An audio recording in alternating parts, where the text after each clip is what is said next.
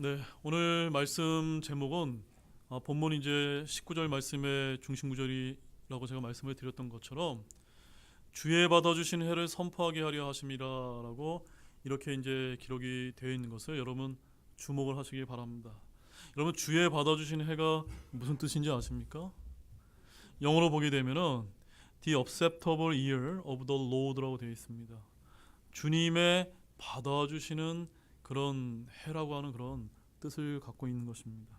바로 이것을 선포하기 위해서 주님께서 2000년 전에 이 땅에 사람의 몸을 입고 오셨음을 여기서 이제 밝혀주고 있는 것입니다.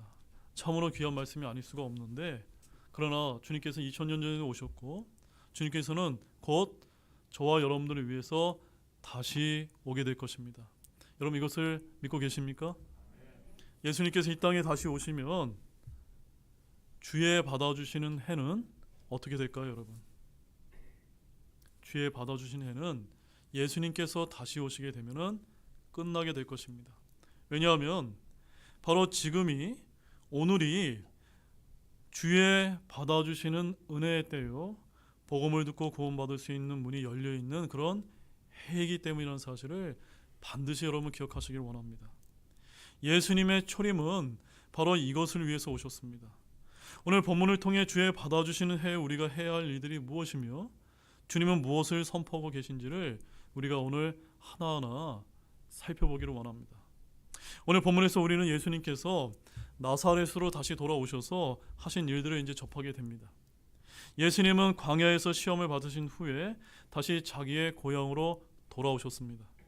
당시 사람들은 예수님에 대해서 이런저런 말을 이제 들었는데, 그들은 예수님께서 다른 지역에서 사역하시는 가운데 놀라운 기적과 표적이 있었다는 말을 이제 들었고, 그분이 그들에게 나타나시자 행하시는 놀라운 일들을 보게 되리라 믿어서 큰 기대에 이제 부풀었음을 우리가 어렵지 않게 상상해 볼 수가 있습니다. 자, 그래서 저는 오늘 저와 여러분 역시도 똑같이 그런 큰 기대를 품으면서 오늘 본문에 어떤 귀중한 교훈이 담겨 있는지를 함께 살펴보기를 원합니다. 자, 먼저 첫 번째는 복음 전도자는 복음을 효과적으로 전할 수 있는 방법을 모색할 필요가 있다는 점입니다. 맞습니까, 여러분? 자, 우리 본문 14절과 15절 말씀 함께 읽겠습니다. 예수님께서 성령의 권능을 입고 갈릴리로 돌아오시니 그분의 명성이 두루 그 주변 온 지역에 퍼졌고 그분께서는 그들의 회당들에서 가르치시며 모든 사람에게서 영광을 받으시더라. 자, 14절과 15절 말씀은 예수님의 갈릴리 사역의 계시에 관한 말씀을 이제 보여주고 있습니다. 예수님은 공생애의 3분의 2가량을 갈릴리 지역에서 사역을 하셨는데, 이처럼 예수님께서는 갈릴리를 중심으로 공생의 사역을 하신 중요한 이유 중에 하나가 바로 성경의 대언을 이제 이루기 위함이었다는 점입니다. 그래서 이사야서 9장 1절 말씀에 가보게 되면 거기 이런 말씀이 기록되어 있습니다.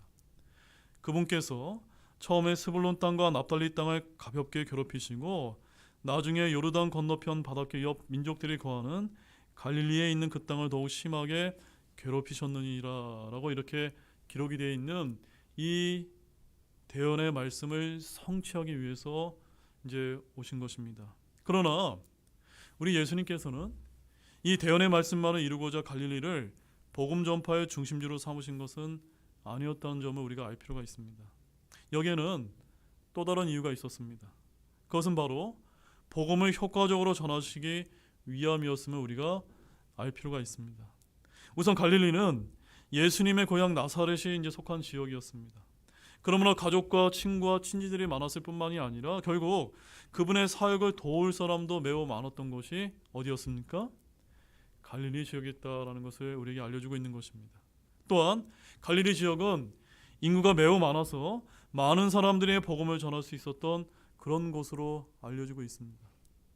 여기에 더해서 갈릴리는 여러분이 지도를 한번 가보시게 되면은 교통의 요충지로서 복음의 확산에 크게 기여할 수 있는 그런 곳이 또한 갈릴리였습니다.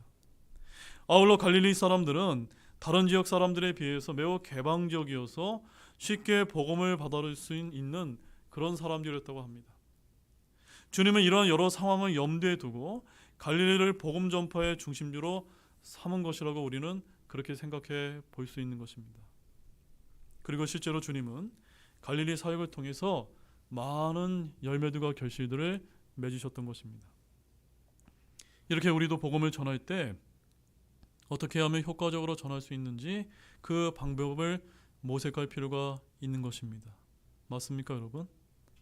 우리는 할 수만 있다면 많은 사람에게, 적은 사람이 아니라 더 많은 사람에게 복음을 전해서 구원으로 인도해야만 합니다. 물론 그렇다고 이것이 복음을 전하기 쉬운 곳에서만 복음을 전할 필요가 있다는 말씀이 아닙니다. 우리는 복음을 전하기 어려운 그런 오지나 해외에 가서도 복음을 전해야만 합니다. 자, 우리 고린도전서 9장 19절 말씀을 한번 찾아보시겠습니다.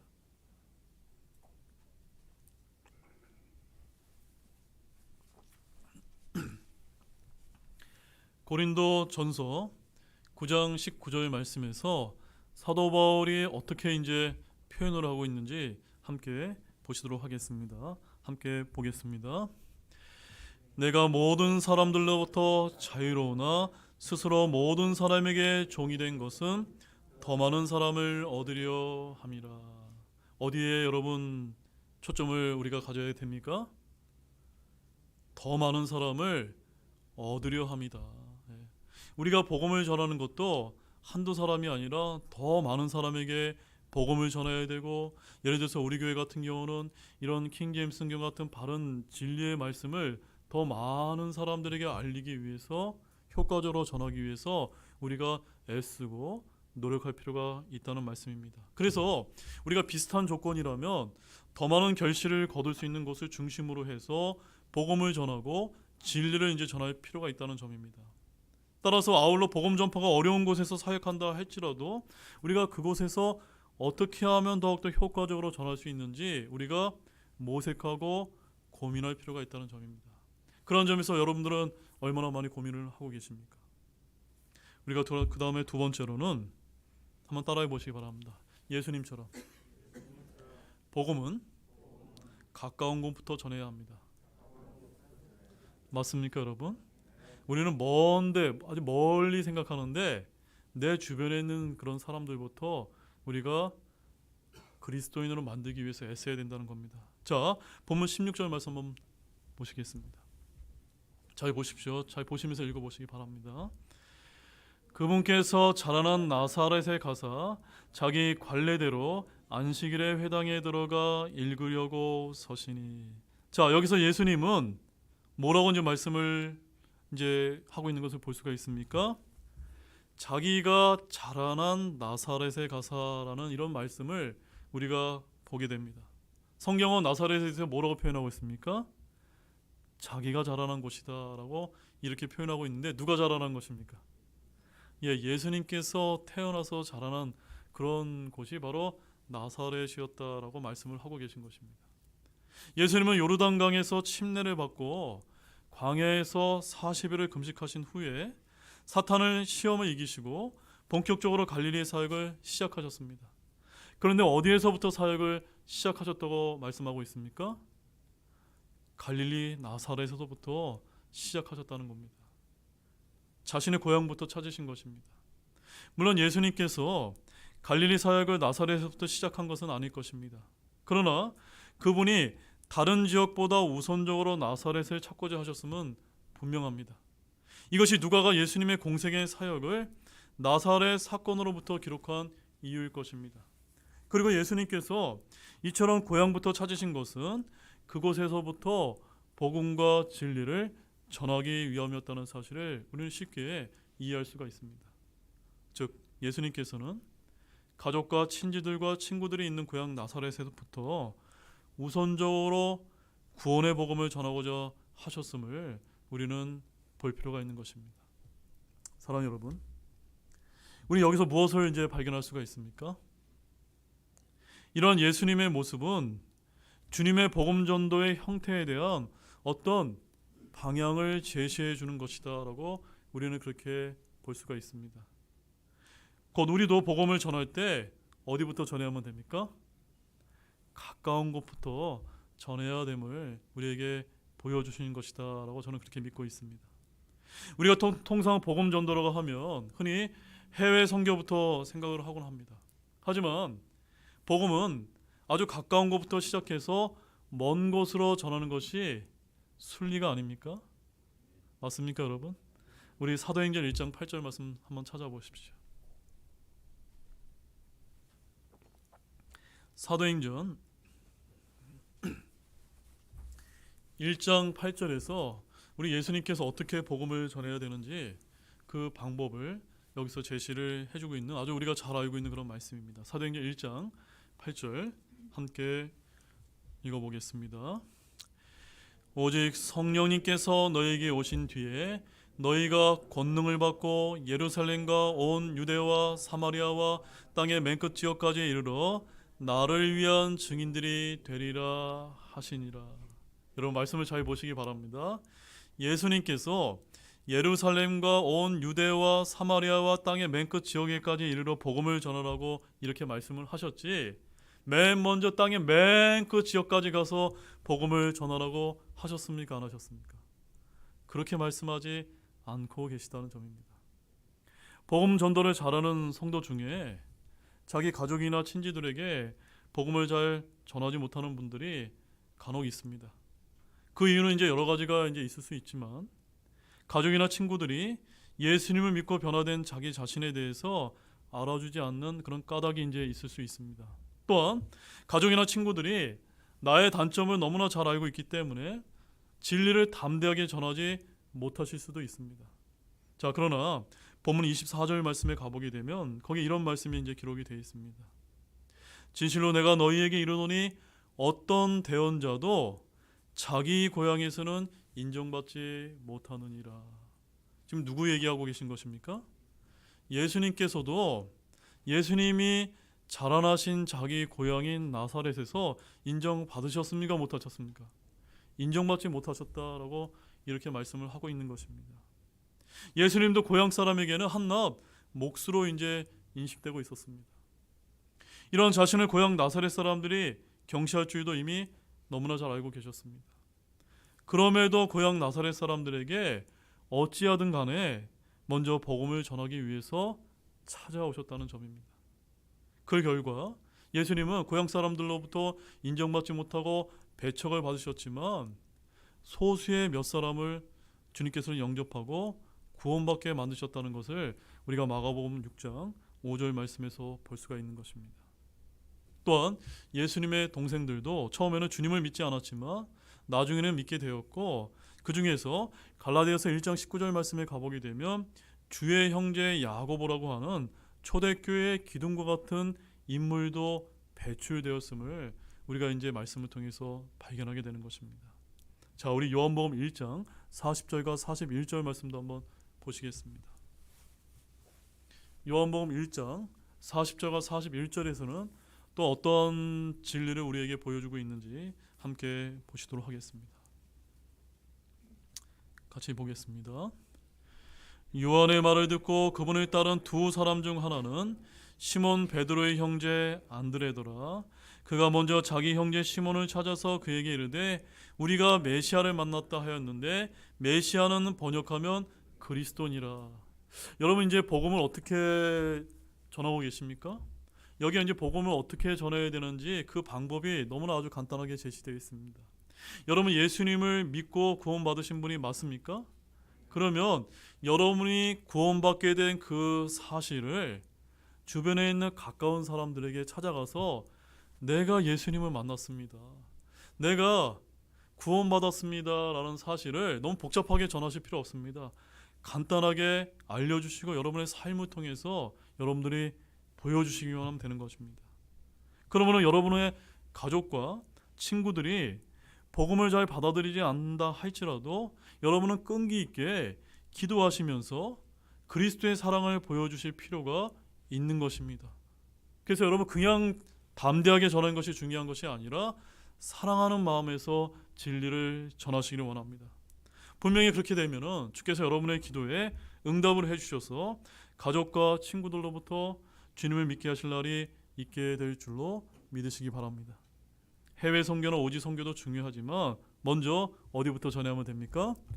가까운 곳부터 복음과 진리를 전하시는 저와 여러분이 되시기를 원합니다. 자, 이제 세 번째는 아주 중요한 말씀이 나와 있습니다. 예수님은 자기 관례대로 회당에 들어가셨다는 점입니다. 자, 다시 16절 말씀 보십시오. 거기 보게 되면 예수님께서는 어떻게 회당에 들어가셨다고요?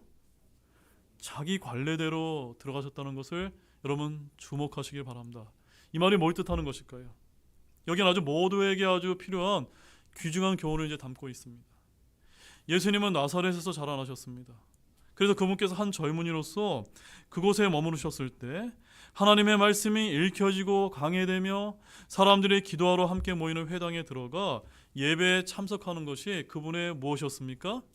그분의 관례였다는 점입니다.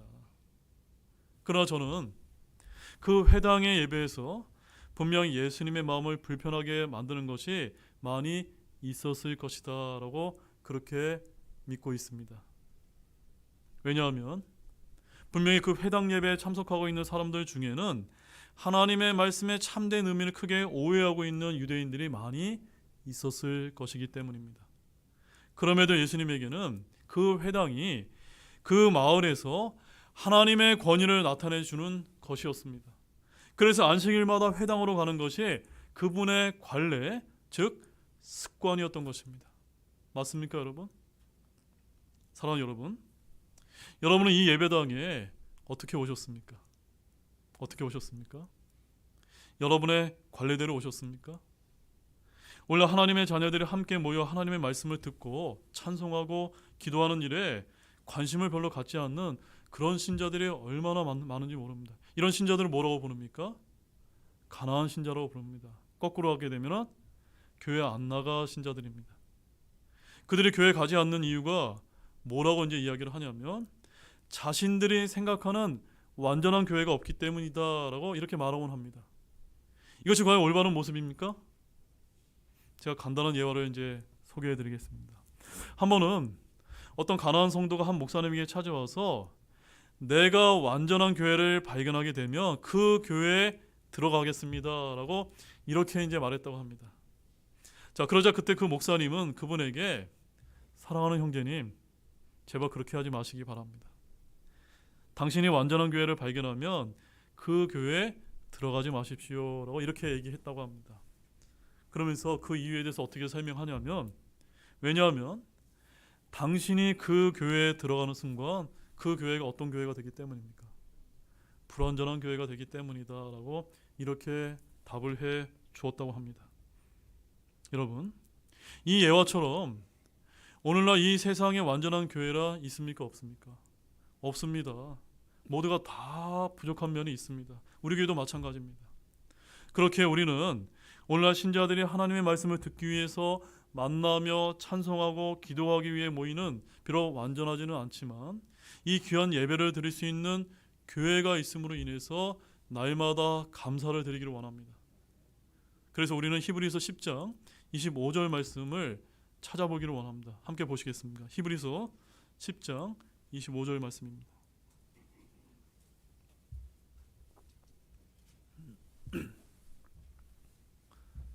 자, 여기 아주 귀중한 말씀이 있습니다. 히브리서 10장 25절 함께 읽어보겠습니다. 어떤 사람들의 습관과 같이 우리의 함께 모이는 일을 폐하지 말고 서로 권면하되 그날이 다가옴을 너희가 볼수록 더욱 그리하자. 어떤 사람의 습관과 같이 어떻게 하면 안 된다고요? 함께 모이는 일을 폐하면 안 된다. 여러분, 이런 습관을 여러분 가지고 계십니까? 가지시기를 원합니다. 우리는 이 말씀을 반드시 기억을 해야만 됩니다. 더구나 그날이 다가옴을 볼수록, 그날이 어떤 날입니까? 예수님께서 다시 오시는 그날을 다가옴을 볼수록 더더욱더 우리가 모이게 애써야 된다라고 성경이 우리에게 말씀하고 있는 것입니다. 이것이 예수님처럼 우리의 관례요 습관이 되어야 될 줄로 믿으시기 바랍니다. 우리는 예수님께서 소년이셨을 때 또한 청년이셨을 때 거룩한 예배가 드려지게 되면 비록 자신이 보기에는 완전해 보이지는 않았지만 그 회당을 찾으셨다고 우리는 확신할 수가 있는 것입니다.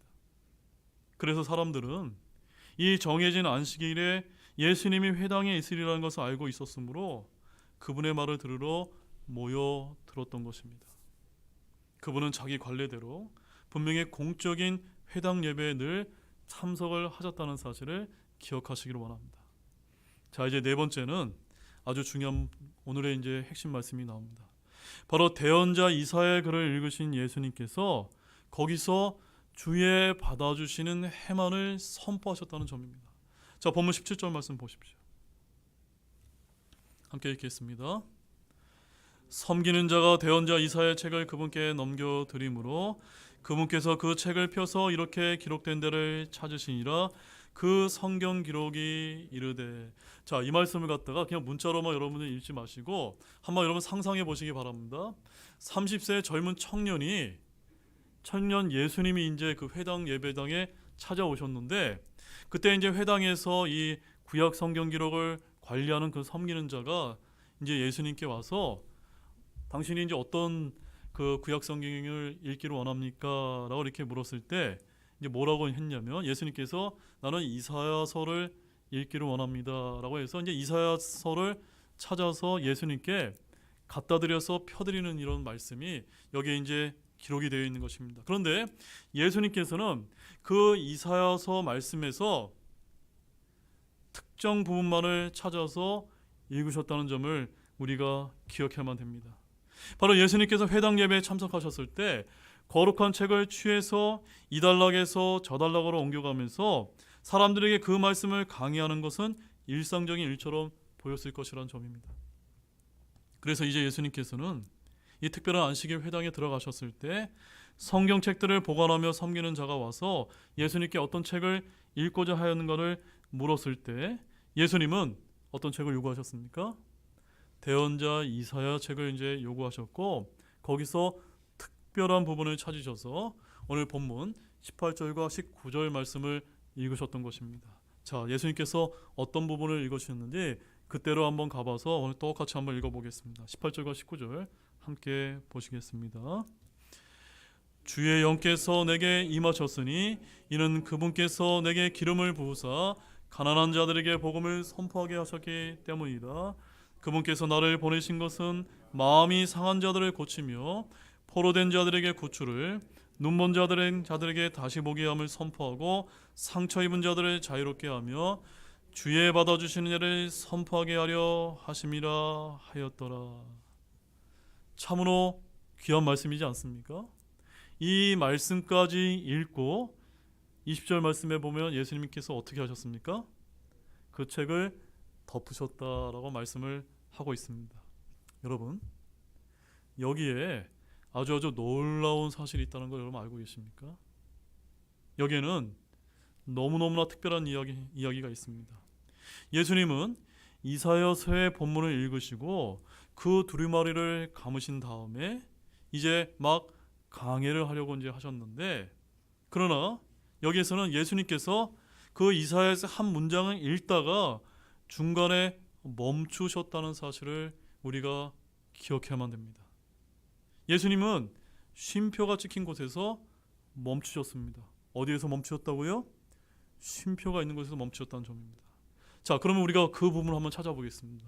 이사야서 61장 1절에서 2절 말씀 보시겠습니다. 이사야서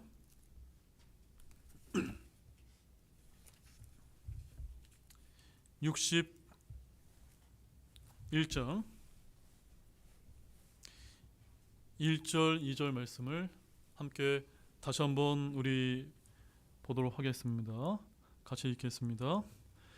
주 하나님의 영께서 내게 임하셨으니 이는 주께서 내게 기름을 부으사 온유한 자들에게 좋은 소식을 선포하게 하셨기 때문이라. 그분께서 나를 보내신 것은 마음이 상한 자들을 싸매고 포로된 자들에게 해방의 자유를, 결박된 자들에게 감옥에서 노임을 포고하게 하려 하심이요, 주의 받아주신 해와 우리 하나님의 원수 갚으신 날을 포고하고 애곡하는 모든 자를 위로하게 하려 하심이며. 여러분 발견하셨습니까? 예수님께서 어디까지 읽으신 것입니까? 2절 말씀에 가보게 되면은 주의 받아주시는 해까지만 읽고 성경을 이렇게 똑같이 덮으셨던 것입니다. 그런데 여러분 이제 영어 킹제임스 성경을 가보게 되면은 주의 받아주시는 해 다음에 컴마가 찍힌 것을 여러분 이제 보실 수가 있을 것입니다. 바로 거기까지만 주님께서 읽으셨던 것입니다. 주님은 어떤 부분을 읽지 않으셨던 것입니까? 그 뒷부분인 우리 하나님의 원수 갚으시는 날은 읽지 않으셨다는 것을 주목하기를 원합니다. 왜냐하면 바로 우리 주 예수님의 초림은 우리 하나님의 원수 갚으시는 날을 선포하러 오신 것이 아니기 때문인 것입니다. 주님은 주의 받아주시는 해를 선포하러 오셨음을 우리가 주목해야만 됩니다. 자, 그러면 이 주의 받아주시는 해라고 하는 것은 과연 무엇을 선포하는 날이었는지 그것을 한번 우리가 보도록 하겠습니다. 먼저 그 주의 받아주시는 해는 첫 번째, 주의 영이 임하신 예수님께서 주의 받아주시는 해에 제일 먼저 누구에게 복음을 선포하셨습니까?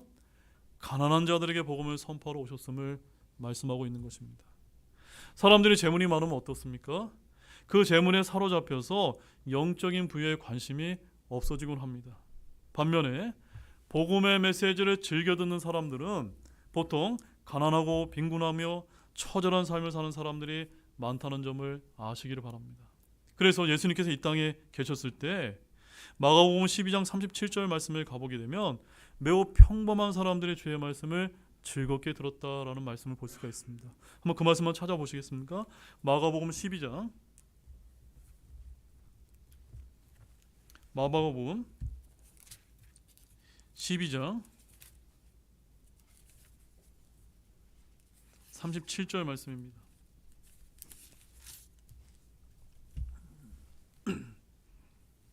자, 함께 읽어보겠습니다. 그런 까닭으로 다윗이 스스로 그를 주라 부르는데 그러면 어찌하여 그가 다윗의 자손이냐 하시니 보통 사람들이 그의 말을 즐겁게 듣더라. 제가 여러분에게 질문을 드리겠습니다. 여러분은 비범한 분입니까? 보통 사람들입니까? 네, 저는 저와 여러분들이 모두가 평범한 그런 보통 사람들이라고 그렇게 믿으시길 원합니다. 왜냐하면 그런 분들이 마음이 가난하기 때문에, 영이 가난하기 때문에 어떤 말을 즐겁게 듣는 겁니까? 하나님의 말씀을 듣는 것을 즐거워한다는 사람입니다. 이것은 오늘날도 마찬가지인 것입니다. 자신이 죄인임을 느끼지 못하고 자신의 결핍을 깨닫지 못하며 예수님을 제대로 알아보지 못했던 사람은 당시에 통치자들, 곧 자기 의에 사로잡힌 정치 지도자들이 아니었습니까? 또한 그들의 예수님의 메시지에 그들은 결코 관심이 없었던 것입니다. 그러나 영적으로 가난한 사람들, 그분의 말씀을 듣기를 어떻게 했습니까? 듣기를 즐거워했다는 점을 우리가 기억하기를 원합니다. 그래서 예수님은 항상 가난한 자들에게 관심을 두고 계셨으며 지금도 오늘날도 가난한 자들에게 관심을 두고 계심을 믿으시기를 바랍니다. 그 다음에 두 번째로 예수님은 무엇을 선포하러 오셨습니까? 가난한 자들에게 복음을 전하러 오셨고, 두 번째로는 그분께서 나를 보내신 것은 마음이 상한 자들을 싸매기 위해서 오셨다는 점입니다. 예수님은 이렇게 말씀하시는 가운데 자기의 신성을 이제 표현하고 계신 것입니다. 오직 하나님께서만이 마음이 상한 자를 꼬매서 이제 고칠 수가 있기 때문인 것입니다.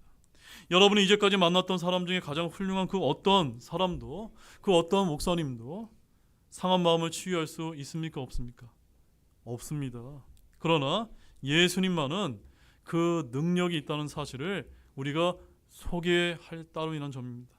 우리 주위에는 마음이 상한 자들이 얼마나 많습니까? 예수님은 그 마음이 상한 자들을 고치러 오셨습니다. 따라서 저와 여러분이 마음이 상한 그런 분들이라면 여러분의 그 상한 마음을 예수님께 가져오시기를 원합니다. 세 번째로 주의 받아주신 해에 무엇을 선포하러 오셨습니까? 예수님께서는 포로된 자들에게 구출을 선포하러 오셨다는 점입니다. 자, 이 말씀 오해하지 마십시오. 저기 감옥이나 소년원에 갇힌 그 죄수들을 노임받게 하기 위해서 오셨다는 그런 말씀이 아닙니다. 바로 이 말씀은 그런 말씀이 아니라 죄에 사로잡혀 있는 자들, 죄의 포로로 있는 사람들을 해방시키며 스스로 깨트릴 수 없는 습관의 사슬에 매인 사람들을 자유케 하기 위해서 오셨다는 그런 말씀인 것입니다. 예수님은 오늘도 이것을 행하십니다. 예수님은 사슬이 감방 안에 있는 사람들을 묶고 있는 것처럼 사람들을 묶고 있는 육신의 정욕과 부정한 삶과 악한 기질로부터 사람을 구출하신다는 사실을 믿으시길 바랍니다. 그 다음에 네 번째는 무엇을 선포하러 오셨습니까? 눈먼 자들에게 다시 볼 수 있게 만들어 오셨다는 점입니다. 예수님께서는 지상에 계셨을 때 눈먼 자들과 접촉하셨으며 그분의 영광은 그들의 어둠침침한 눈꺼풀을 통과하며 빛이 나고 영원히 그들을 비추었다는 점입니다. 비록 우리가 지금 육체의 눈으로 예수 그리스도를 볼 수 없으며 아마 그분이 여기 이 땅에 계셨을 때 하셨던 것과 똑같은 기적은 일으키지 않는다 하더라도 영적으로 눈이 먼 사람들이 예수님께로 찾아왔을 때 그들의 눈에서 비늘이 떨어지며 그들에게 빛을 주시고 그들은 다음과 같이 말할 수 있을 것입니다. 자, 요한복음 9장 25절 말씀 보십시오.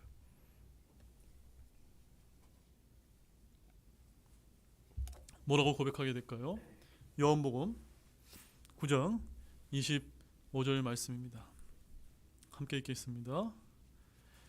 그 사람이 응답하여 이르되 그가 죄인인지 아닌지 나는 알지 못하며 내가 한 가지 아는 것은 내가 눈멀었으나 지금은 보는 것이니이다. 아멘. 아멘이십니까? 저와 여러분도 예전에는 보지 못하지 않았습니까? 구원받지 못해서 죄의 사슬에 얽매여 있지 않았습니까? 그런데 우리는 이제는 이 하나님의 말씀을 통해서 내가 하나님의 자녀이라는 사실을 바라보고 있지 않습니까? 이것에 대해서 감사와 영광을 돌리기를 원합니다. 자, 이제 다섯 번째는 무엇을 선포하러 오셨습니까? 18절 말씀에 가보게 되면 상처 입은 자들을 자유롭게 하기 위해서 오셨다는 점입니다. 여러분은 혹시 마음에 상처를 입은 그런 분들은 없습니까? 우리는 사탄의 눌림을 받을 때가 얼마나 많습니까?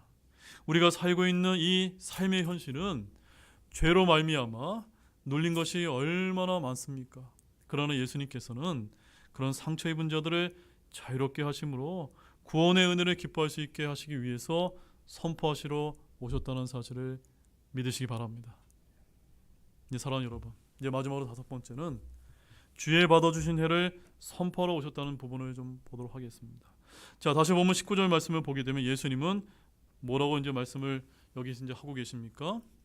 주의 받아주신 해를 선포하게 하려 하심이라는 말로 끝을 맺고 있다는 점입니다.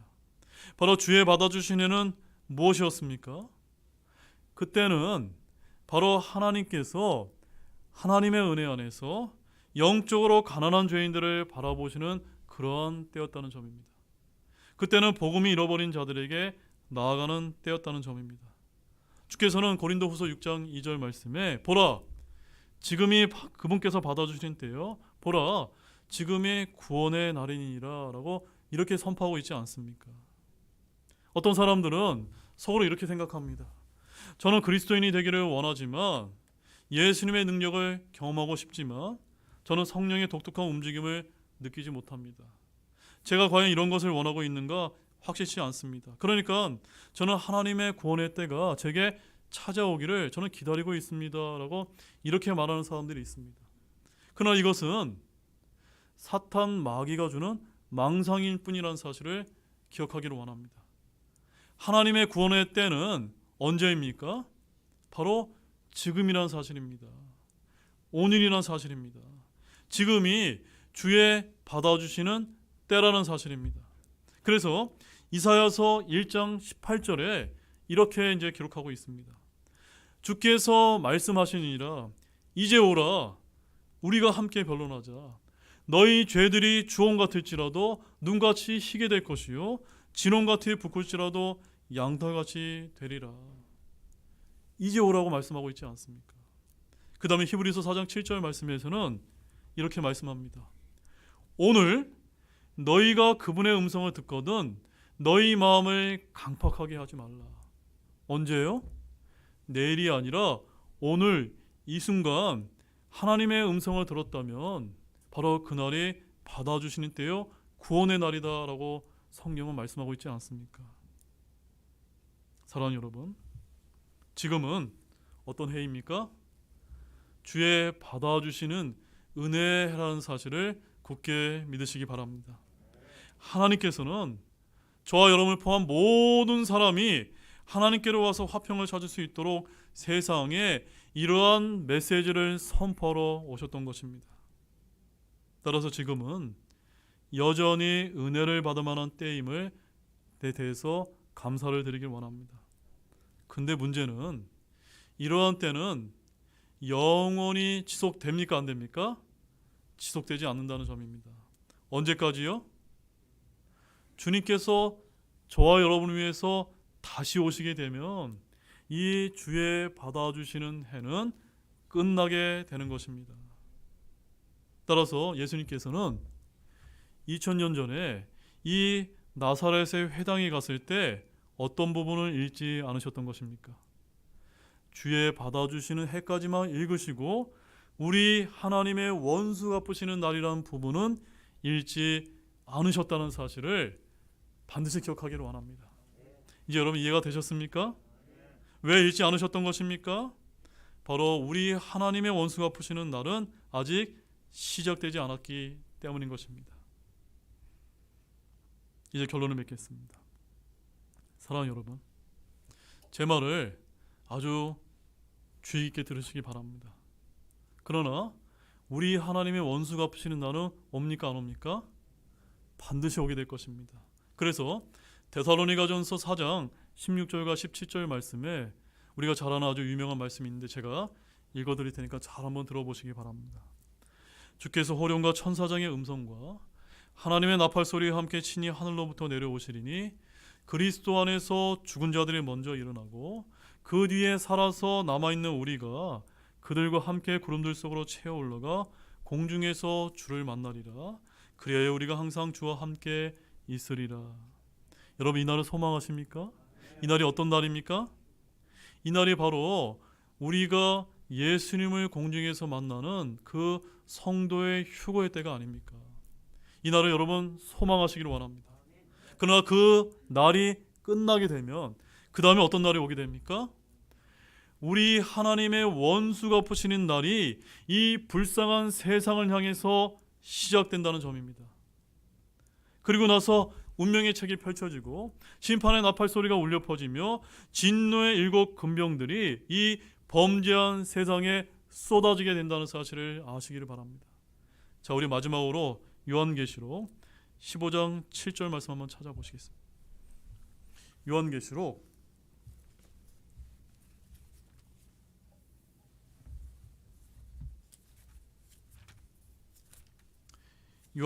15장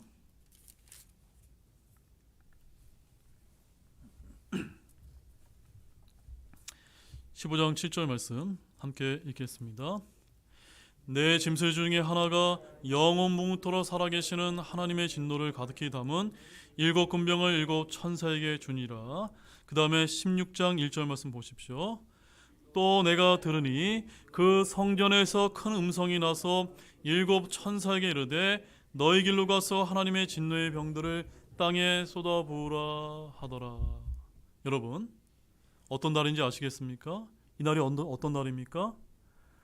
주의 받아주시는 은혜의 해가 끝나고 하나님의 원수 갚으시는 날인 7년 환란기가 시작되는 날인 것입니다.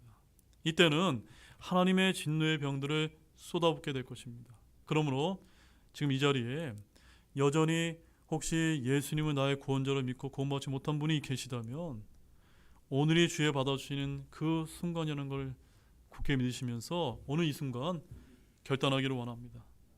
우리는 지금 주의 받아주시는 해인 하나님의 은혜에 살고 있다는 사실을 여러분 감사를 드리시면서 여전히 이 세상에 나가게 되면은 하나님의 원수가 푸시는 날이 오게 될 것이라는 것을 알지 못하고 깨닫지 못하는 그런 불쌍한 영혼들에게 찾아가서 가까운 영혼들에게 찾아가서 우리가 주의 받아주시는 해가 끝나게 될 것이라는 사실을 우리가 알려줄 책무와 사명이 있다는 사실입니다. 맞습니까 여러분? 이것을 우리가 올 한 해는 열심히 전하는 우리 모든 분들이 되시기를 주님의 이름으로 축원합니다. 우리 다 같이 일어나시겠습니다.